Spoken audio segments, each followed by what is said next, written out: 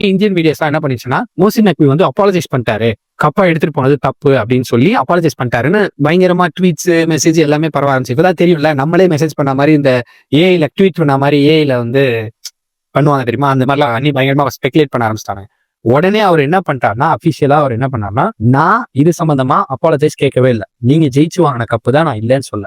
உங்களுக்கு கப்பு வேணுமா? கப்பு இங்கே ஏசிசி கிரிக்கெட் கவுன்சில் துபாயில தான் இருக்கு. வாங்க, வந்து உங்க கப்பை வாங்கிக்கோங்க. நான் யார்கிட்டயும் மன்னிப்பு கேட்கவும் மாட்டேன், கேட்க போறதும் இல்ல. அப்படி ஏன் வேற யாரும் கொடுக்கூடாதா? ஏன் அவர் மட்டும் அவர் தான் கொடுக்கணுமா? அங்க இருக்கிற ஒரு ஜாயிண்ட் செக்ரட்டரியோ இல்ல இந்தியன் மெம்பரோ இல்ல ஒரு யுஏஇ மெம்பரோ இல்ல வேற ஒரு கண்ட்ரி மெம்பரோ அந்த கப்பை வந்து இந்தியா கொடுக்கூடாதா? ஏசிசி நடத்துற சாம்பியன்ஷிப்டா, ஏசியன் கிரிக்கெட் கவுன்சில் நடத்துற சாம்பியன்ஷிப் ஜென்ரலா. அப்ப யார் கொடுப்பா? அதோட ஹெட் தான் கொடுக்கணும். அவ்வளவுதான், சிம்பிள். நீ வந்து அவரை ஏன் ஒரு பாகிஸ்தானியாவோ ஒரு பொலிட்டிக்கலா ஏன் இந்த விஷயத்தை எடுத்துட்டு போற? இது சிம்பிளா கப்பு, ஏன்னா வெல் டிசர்வ் கப்பு. இது ஒன்றும் ஒரு சாதாரண மேட்ச் கிடையாது, பயங்கர டஃப்பான மேட்ச். நம்ம கெத்தா ஜெயிச்சிருக்கோம் அப்படின்னும் போது அதை டீசெண்டா கப்பை வாங்கிட்டு வந்திருக்கலாம். இது இவ்வளவு பெரிய கான்ட்ரவர்சி ஆக வேண்டிய விருப்பம் இல்ல. சரி, ஓகே. அத மாதிரில இருக்கிற ஒரு 10 கப்புல ஒரு கப்பு குறைஞ்சதா நினைச்சுக்க வேண்டியதுதான். அவ்வளவுதான்.